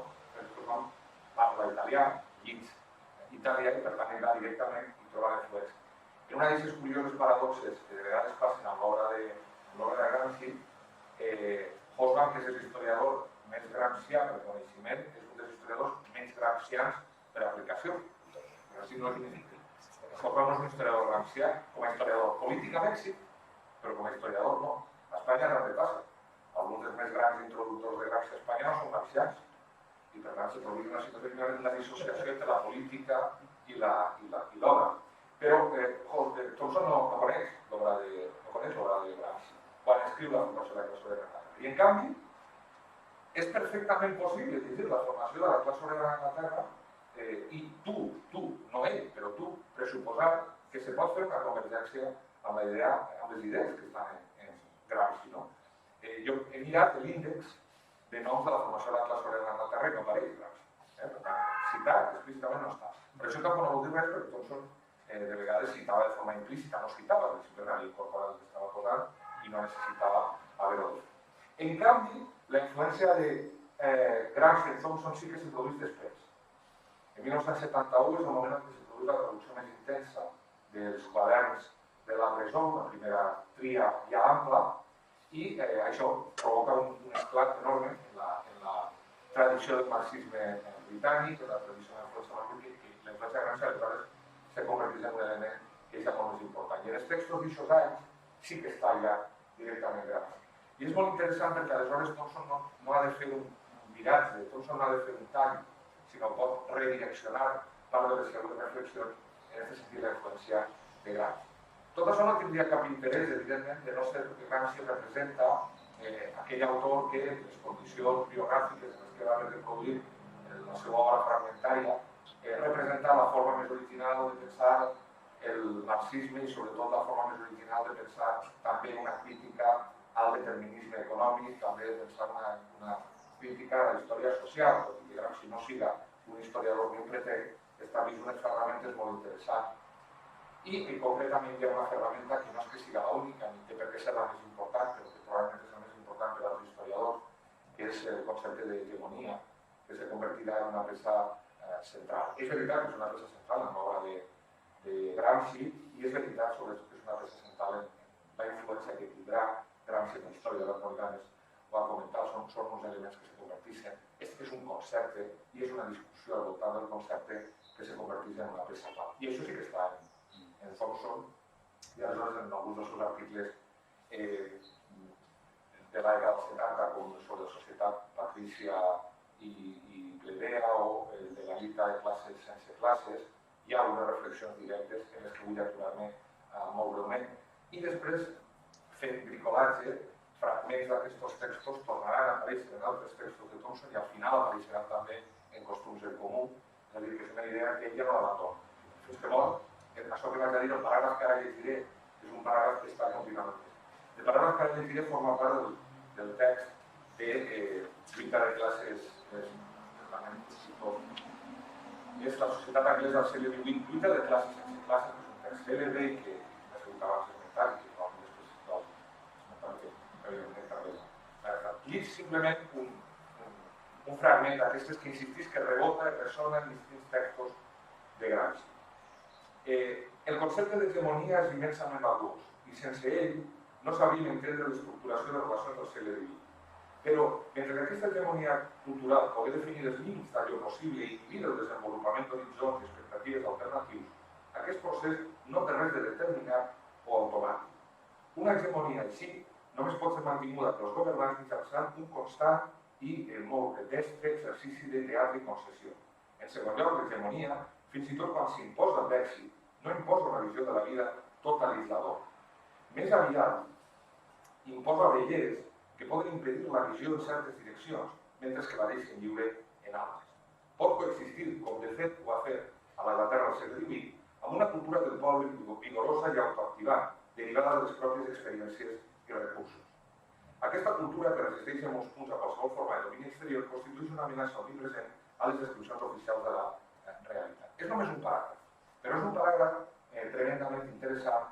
Ell no cita Gramsci ahir, però òbviament està parlant de Gramsci, i demostra fins a quin punt ella havia fet una enorme digestió del pensament de Gramsci i del concepte d'hegemonia. Això que diu així Thompson se pareix molt al que estava escrivint justament en aquests anys Raymond Williams. Raymond Williams, un crític literari, historiador, que estava justament reflexionant des de la seva condició de crític literari, historiador de la literatura, estava reflexionant sobre la relació entre la base, la superestructura, el lloc de la cultura, etc.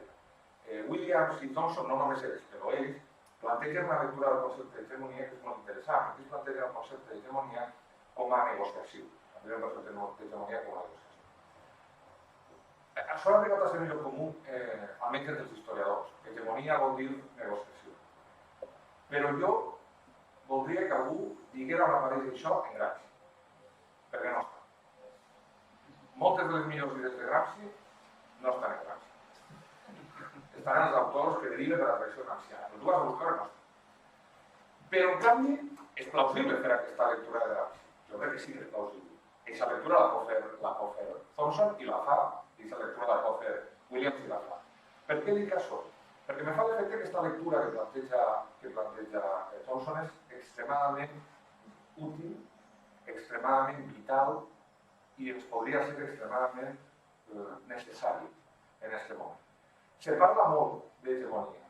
El concepte d'hegemonia, hegemonia cultural, guerres de cultura, en fi, hi ha una lectura banal dels conceptes gramscians, del concepte d'hegemonia, i hegemonia no vol dir efectivament imposició, ni vol dir necessàriament només èxit, hegemonia és una cosa més complexa.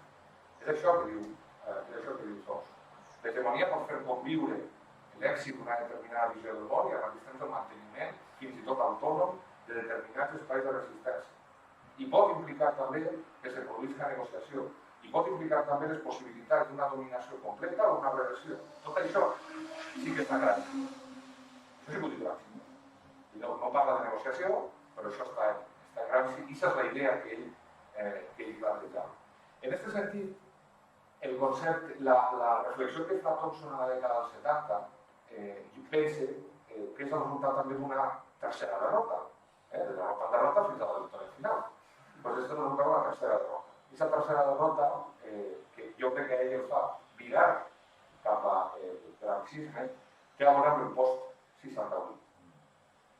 Gramsci és un autor que, Thompson és un autor que per edat no forma part de la generació, no pot formar part de la generació de protagonistes 25 anys més que els protagonistes de l'any del 68.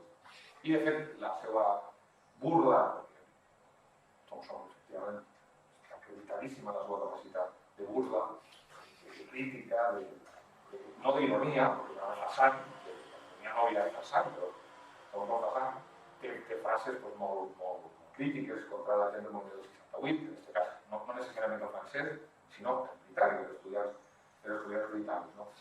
Ell no compartís el que representa aquest viratge, considera que el 68 d'alguna forma és la continuació de la New Left i d'alguna forma és l'èxit i les propostes que ell odia. Seran maoistes o seran altuserianes o seran estructuralistes, en fi, per ahí ell no entrarà. En canvi, replegar-se cap a Gramsci és una forma de reutilitzar o de recuperar una manera de reflexionar.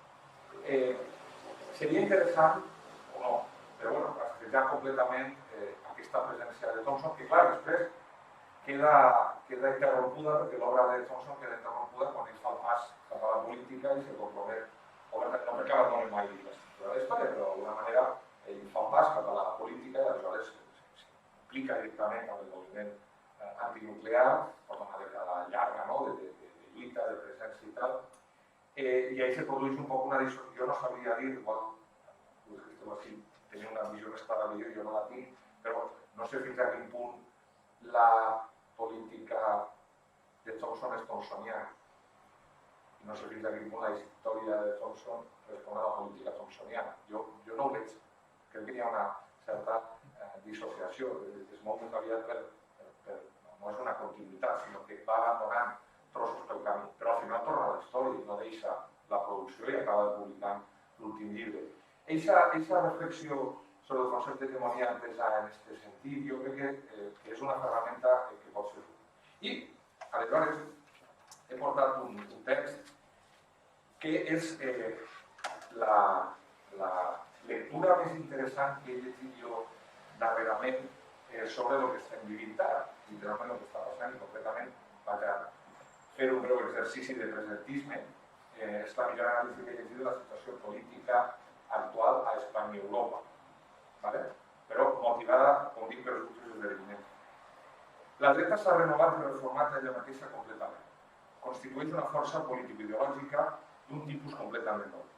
I malgrat els gestos que de tant en tant els seus líders li fan a la tradició, ara hem d'entendre-la com una força política activa i compromesa amb la filosofia de que per a conservar cal reformar i per a preservar cal evolucionar.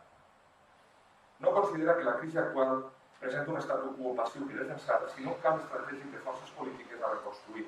Reconstruir-lo, per suposat, portant-lo cap a la dreta. És més, al igual que l'esquerra, la dreta també considera que la democràcia en el seu sentit populista és el lloc que cal ocupar, la posta a la que cal jugar. És la dreta radical, la que sap que les coses no poden continuar de la vella manera. Així, ha aconseguit convertir-se, fins i tot estant inicialment en les marges del poder governamental real, en un instrument capaç de construir un nou equilibri i de preservar el sistema, fins i tot al preu de la seva transformació radical. És més, la dreta sap que en aquest procés de restauració, revolució, la carta guanyadora és la populista democràtica.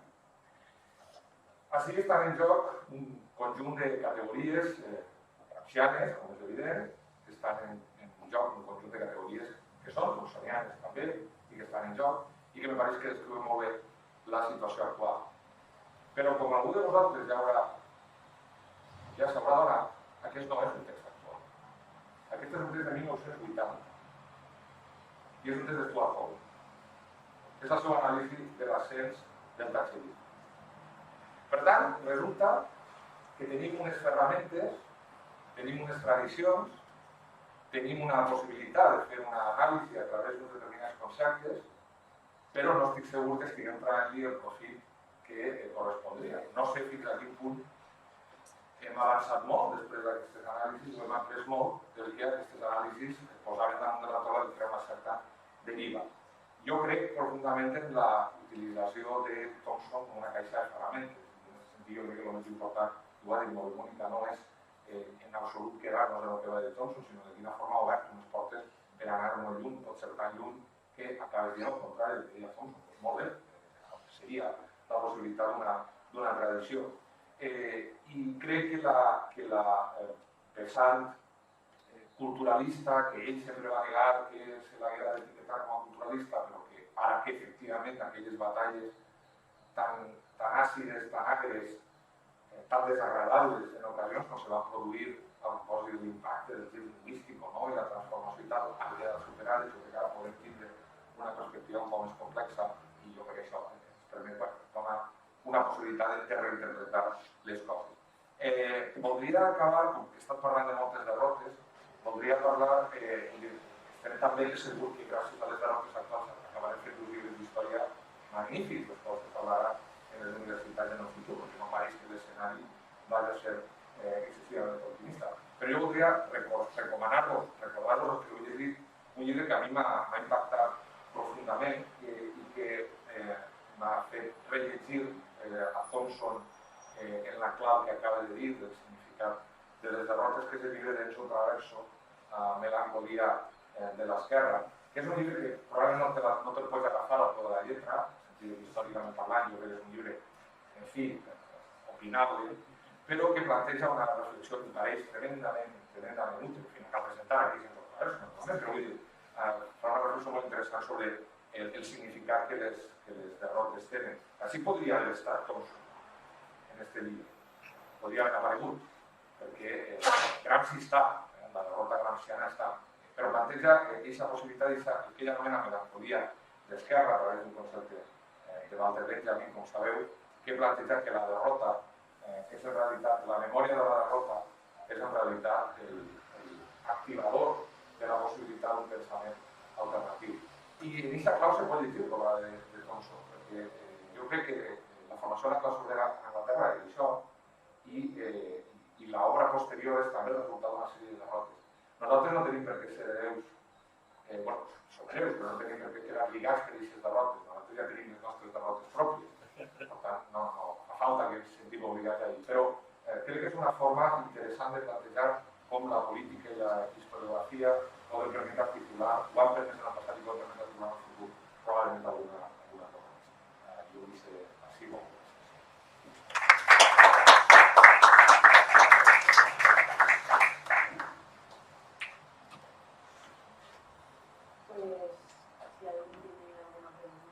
En el online creo que van un poco atrasados, pero también se puede preguntar escribiendo.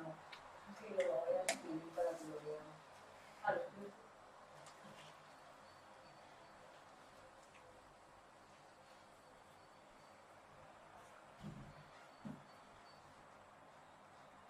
És fascinant, la nostra metafísica, moure's en retard. És la xarxa. Una cosa brutal. No te n'adones que sortir, ostres, sortir en un moment del passat. Encara segueixes parlant. Veus? Això és així. Estàs encara parlant de la derrota?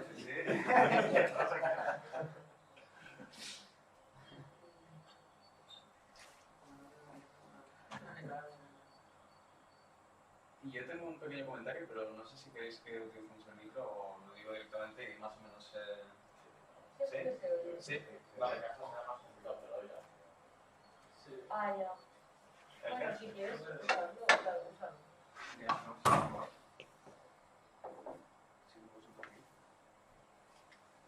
sé si estará conectado. ¿Ahora? Perdón. Bueno, muchísimas gracias a los dos por las fantásticas conferencias que me han gustado mucho. Solo quería preguntar a Mónica por complementar un poco lo que estabas diciendo, porque me ha gustado mucho esta perspectiva de intentar ver como todo el desarrollo de las críticas del estilo cultural como una crítica interna que forma parte de la propia tradición, ¿no? Que viene de ahí, y no como una posición abstracta, ¿no? Entre dos mundos que no tienen casi nada que decirse. Hay una cosa que me llamó la atención cuando veía estas críticas, es que siempre se señalaba la falta de, o sea, lo que comentabas, ¿no? Que en la formación de la clase obrera no aparece la mujer y cuando aparece en un lugar subordinado y toda la historia ética de la clase obrera está absolutamente masculinizada. Pero luego no se suele decir que a partir de los años 70 la mujer empieza a aparecer de una forma casi omnipresente. Lo que pasa es que aparece no teorizada. O sea, yo creo que hay un problema como que el tema queda infrateorizado dentro de la obra de Thompson, pero por las críticas que le hicieron, ¿no? Por ejemplo, Costumbres en Común, contra el artículo de la venta de esposas, por ejemplo, en Writing on the Cañerai, que es esta recopilación de artículos que tiene, en algunas intervenciones políticas sueltas, ¿no? Pues el artículo sobre el Servicio de Salud británico, aquí empieza a aparecer constantemente el tema de la mujer. Y me llamó la atención porque luego he visto como otras feministas, pues por ejemplo, Sheila Goffman, ¿no? que era una de las grandes mamás del feminismo de esa segunda ola, que era muy amiga de Catherine Hall y demás. Ella le hicieron una entrevista el verano pasado, ¿no? Le preguntaban por este tema de feminismo en Thompson y tal, y ella lo que venía a decir un poco es que al principio Dorothy y Thompson no habían como entendido bien qué es lo que estaba pasando, que tenían una opinión como un poco, no sé si puritana, ¿no? Porque leían a las feministas hablando de vaginas y decían, pues no entendemos nada de qué va, pero que después de un viaje a la India de los años 70, como que cambia mucho su relación con el movimiento feminista, ¿no? Y que entonces empiezan a incorporar parte de lo que se está diciendo. Lo que pasa es que siempre tienen como una actitud un poco escéptica porque su miedo era que al final el feminismo se configurara con las inquietudes de la clase media, por ejemplo, con toda la crítica de la abolición a la familia, ¿no? Y te quería preguntar un poco si esto, tú que has seguido un poco estos debates, si vuelve a reaparecer, porque, por ejemplo, Dorothy decía, ¿no? Esto de que para gran parte de la clase obrera la institución de la familia se veía muchas veces como un refugio, ¿no? Entonces toda la idea de abolir la familia pues tenía una complejidad ahí. Y luego también es verdad que hay dos cosas interesantes. Es que Thompson dejó muchas obras inacabadas y una de ellas precisamente era una obra no solo sobre Mary Wollstonecraft, sino sobre el círculo de mujeres que desarrollaba el feminismo al final del siglo XVIII. Y esto es una cosa que señala Dorothy en un prólogo, creo que es la obra de los románticos de Thompson, pero bueno, por lo que nos hace ver, decía que llevaba como más de 20 años trabajando sobre esto del feminismo en el siglo XVIII y tal, y quizás estaba empezando a entrar en estas críticas, y quizás al final, al morir tan joven, nos hemos quedado sin poder leer. Y luego la última, y lo dejo aquí, es la última entrevista que le hacen en vida, en el 92, que se la hace Penelope Corfi, que ella decía que Thompson sí que era feminista, ¿no? Y decía, le preguntaba por las críticas de Scott, y aquí aquí Thompson hace una cosa que es muy interesante porque le dice, creo que Scott tenía razón en una parte fundamental, que es el que dibuja una imagen totalmente masculinizada de la clase obrera y tal, pero creo que hay otra parte de su crítica que se va por el sumidero, por toda la irracionalidad construccionista que incluye, por un poco lo que comentabas antes, ese tajo epistemológico tan brutal. Pero bueno, lo digo simplemente casi por darte la razón de poner sobre esto, que hay muchos puentes, muchos puntos de conexión entre ambas cosas y que casi por una cuestión de tiempo me hubiera encantado ver, ¿no? Que decía Thompson 10 años después. Pero bueno, ya está.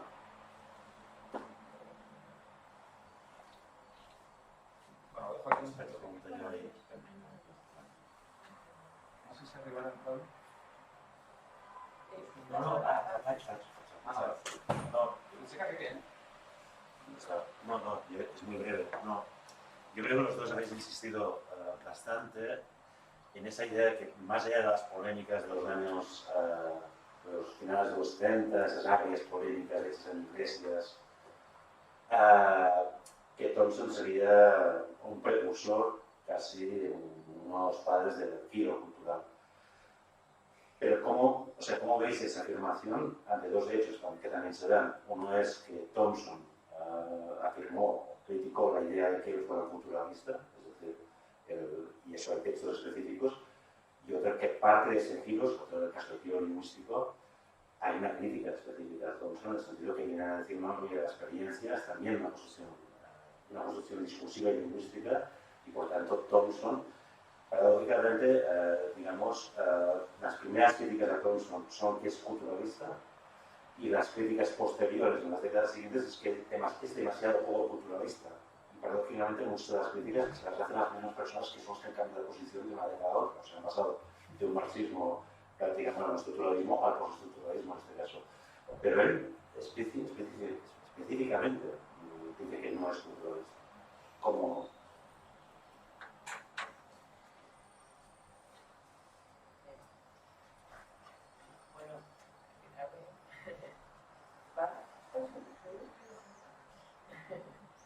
bueno, muchísimas gracias a los dos de las intervenciones.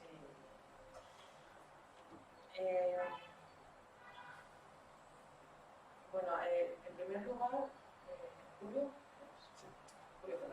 sí, en primer lugar, gracias por la intervención. Yo no he profundizado, o sea, yo sí conozco lo de Romoza, me he hecho una idea de cómo he intentado imaginarme pues, la relación pues, con los Hall, ¿no? Casi los Hall y todo, cómo surgía ese feminismo y por qué Thompson era, yo también lo he leído, ¿no? O sea, como reacio. Es verdad que luego aparecen más las mujeres, no lo sé, yo creo que quizás, sí, no lo sé, igual está apagado. No puede ser. Gracias.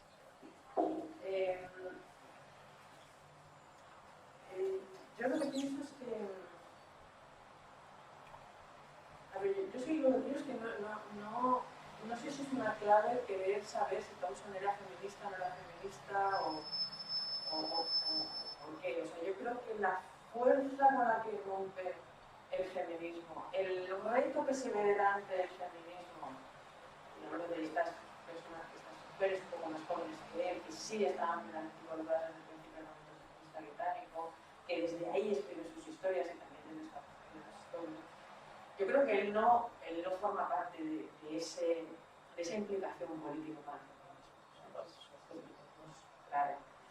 El otro me parece un poco casi anecdótico. A ver, no lo digo por... Parece que no lo vamos a saber, ¿no? O sea, yo me lo puedo imaginar pues, que le costara mucho. Yo creo que era una persona con unas ideas como muy claras y lo demás se queda y ahora voy a esto y lo otro que no reflexionara y avanzara, pero quiero decir que yo creo que puedo imaginar bastante reacción, pero si no aquí la historiografía que dice, no sé, la academia hasta hace muy poquito aquí en España, no sé, yo creo que él no forma parte de eso. Eso por una parte. Yo me quedo con eso porque eso es lo que yo sí que creo que sabemos. Luego, me parece, hay una, no sé si la conoces tú o si la conocéis, hay un texto de Carol Stigman, que es Una noche con Electra. Yo no sé si igual sí que está traducido. ¿Es eso, no? No, bueno, y eso está escrito creo que es en el 2010, 2011. Entonces ella se refiere a un texto, a un cuento que escribió Thompson en esta revista que él fundó, el Prisoner y algo menor, que no ha tenido mucho impacto en nada, pero que sí que, yo no la leí, pero sí que trataba, y el artículo de Carlos Stigman cuando la leí, sí que trataba, era un cuento en el que el protagonista era una mujer maltratada por su marido, que tiene niños, pero que tiene que abandonar a un niño y que tiene que tener otra familia, muy contada desde una subjetividad femenina claramente, y sí que hablaba, digamos, de ese sufrimiento, de esa, digamos, experiencia de exclusión, ¿no? Muy desde la feminidad, ¿no? Desde las políticas del género, realmente, desde dentro del espacio doméstico, muy desde el nada que ver con la épica, ¿no? de la formación de los hombres. Entonces ella dice, probablemente entendía que había unas subjetividades asociadas directamente con las experiencias de las mujeres que él no llegó a captar, ¿no? Pero aún así, yo creo que él no fue nunca realmente consciente de esa, y algo que he mencionado, de esa, esto es escrito en 2000, ya te digo, o sea, realmente reciente, bueno, no reciente, es el tiempo va pasando, me parece que no nos damos cuenta, ¿no? Pero en fin, no es en la vida de todos, desde luego, y es ya analizando todo lo que ella haya podido escribir sobre mujeres. Y ella aún así apunta que él debió de ser consciente, que hizo este ejercicio, pero que no llegó realmente a entender que digamos, el salto que había entre que lo que se escribía, y volví a hablar de la formación de la clase obrera, es decir, que era su legado importante, ¿no? Esto era solamente una intervención menor de Thompson. Debió de entender esto porque hizo este ejercicio, pero realmente nunca llegó a entender en su trabajo, en su escritura de la historia, que lo que era la cultura, lo que era la literatura, lo que era la superestructura, realmente no era un reflejo de lo social, es decir, de la experiencia social, de la experiencia real. Ella sigue opinando que él no fue capaz de ver eso y que por tanto a lo largo de todo su trabajo jamás hizo ese ejercicio de entender que todas las fuentes que él leyó para hablar en concreto, supongo que también del trabajo posterior, en torno a vamos a siglo XVIII, ¿no? Pero en concreto en la formación, para llegar a entender que estaban escritas todas esas fuentes, por decirlo muy sencillo, pues a intentar ser un poco impresionista, pero estaban escritos dentro de las estructuras de sentimiento, ¿no? Como diría Robin Williams, del melodrama. Es decir, en la que hay un hombre, en la que la mujer es el sentimiento, es la que sufre y se queda en casa, es la que no puede llegar a ser ese hombre heroico. Él, para Steinman, nunca llegó a entender que esa parte, digamos, de la cultura también era constitutiva también de identidades de clases, es decir, de lo social. Para ella, él nunca llegó a entender eso. Entonces, a mí me hace pensar que todo está, cuando él escribió más, o algo más, ¿no?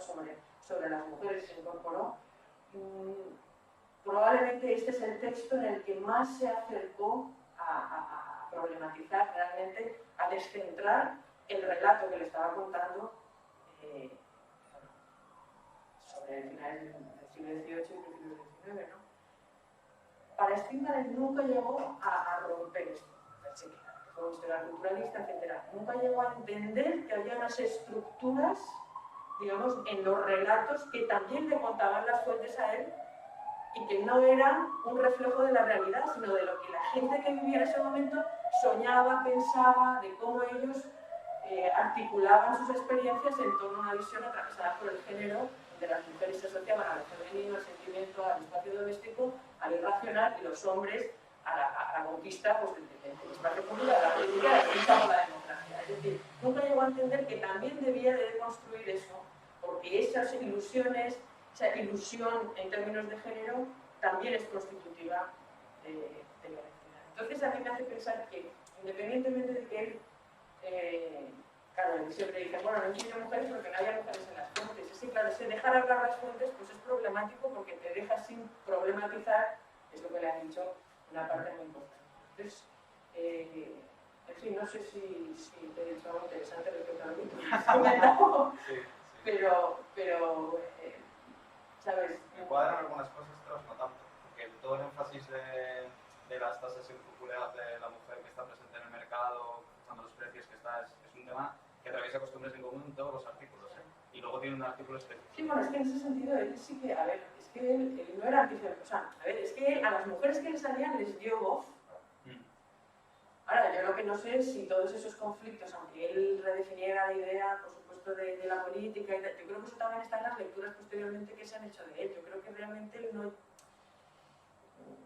Yo sigo pensando que el protagonista era el que era capaz de poner digamos, de de llegar a ser un ciudadano y nunca pensó que las mujeres en ese momento estaban en esa lucha por la ciudadanía. Que entran a formar parte, que a partir de la lectura se torna a la economía moral, a la también escribí sobre eso, que me encantó la lectura de todo aquello, ¿no? Pero yo creo que no, que una cosa no quita la otra. Es decir, yo creo que él fue muy bueno en dejar hablar a las fuentes en la medida en que las fuentes le encontraban a él. Pero sí me creo esta crítica de que él no deconstruyó las fuentes. No se preguntó por qué las fuentes me cuentan esto y no me cuentan otras cosas, ¿no? Sobre todo en relación a algunas diferencias identitarias fundamentales, ¿no? De experiencias fundamentales. Cosa que, a ver, a mí me parece normal y correcto, o sea, ya me parece bastante lo que hizo, quiero decirte que yo creo que, no, o sea, es como decirte, ahora creo que la crítica me parece que es una idea sobre la que hay que seguir construyendo y pensando, o sea, que me parecen fundamentales también las críticas esas. Ahora, eso no quiere decir, no sé, pues que a veces lees a Palmer, por ejemplo, es que es un defensor a muerte al que adoraba su maestro o lo que sea, y bueno, es normal que Thompson no viera todo eso. Es que no sé, no es una acusación, yo creo que no es una acusación, es una crítica por parte concreta de Thompson, de Scott. Yo creo que excesivamente teorizada y claro, siempre un poco mal teorizada, porque, o sea, un poco con carencias, ¿no? O sea, que ahora no la vemos así, pero que no, o sea, yo creo que Thompson ya hizo bastante, escribió una historia muy inclusiva, muy incluyente, muy de visibilizar espacios sobre los que también ha construido la historiografía feminista, muchísimo, hombre. Es decir, que por eso entra en diálogo con él, o sea, por eso a mí me parece interesante que cuando ya han pasado muchos años sí que se lea en términos de diálogo. Bueno, no sé, por perdona, respecto a lo que tú dices. Claro, yo pienso que, a ver, yo me quedo con la perspectiva, yo he tratado de hacer esa lectura posterior y cómo cambia. Yo me quedo un poco con esa perspectiva que a mí como historiadora es la que me resulta útil. Es decir, que Thompson no se considerara culturalista no quiere decir que no lo fuera. O sea, en ese momento, o sea, yo creo que con los años vemos que, y en relación a lo que había antes y a lo que viene después, yo creo que él ha dado un giro hacia la cultura. Y de hecho abre muchos espacios de experiencia que son muy útiles, muy nuevos, ¿no? O sea, inexplorados, verdaderamente inexplorados antes. O sea, yo sigo, aunque él no se considerara, yo creo que no es una locura decir que él formó parte de un cambio en las sensibilidades, se llama parte pionera, un cambio en sensibilidades que luego van a ser además muy generales, ¿no? En muchos sitios muy generales y tiene mucho que ver con el contexto también sociopolítico de los debates historiográficos del momento, ¿no? Y luego que claro, la crítica lo que le hace es decirle que no lo es, pero yo es que lo sigo viendo.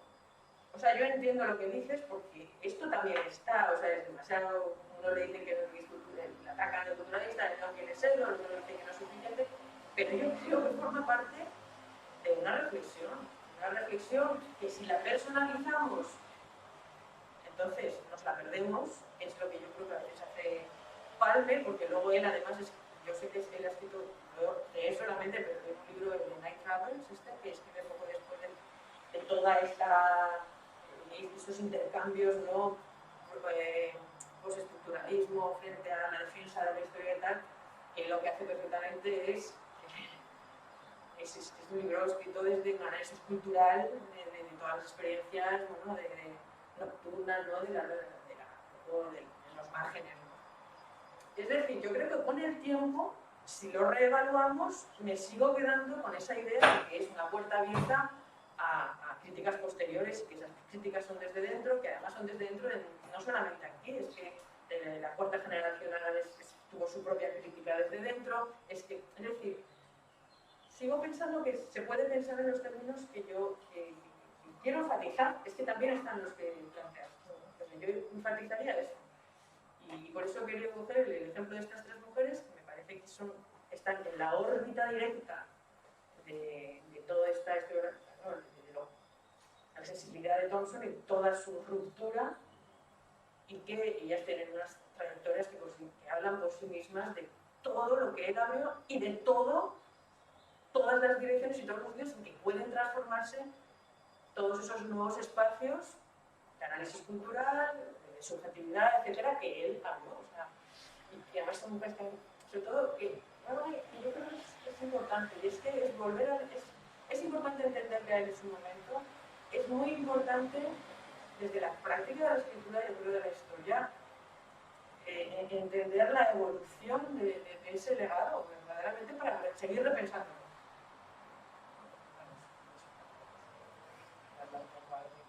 La única que diría es, a propòsit de la qüestió de... Tu gastaves la paraula precursor. Tu gastaves la paraula precursor, no?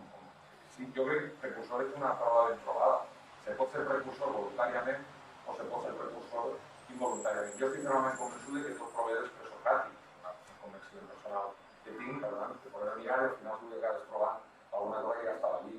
A mi personalment, si Thompson era culturalista o no era culturalista, me preocupa relativament. M'interessa si el que vull és analitzar l'obra de Thompson.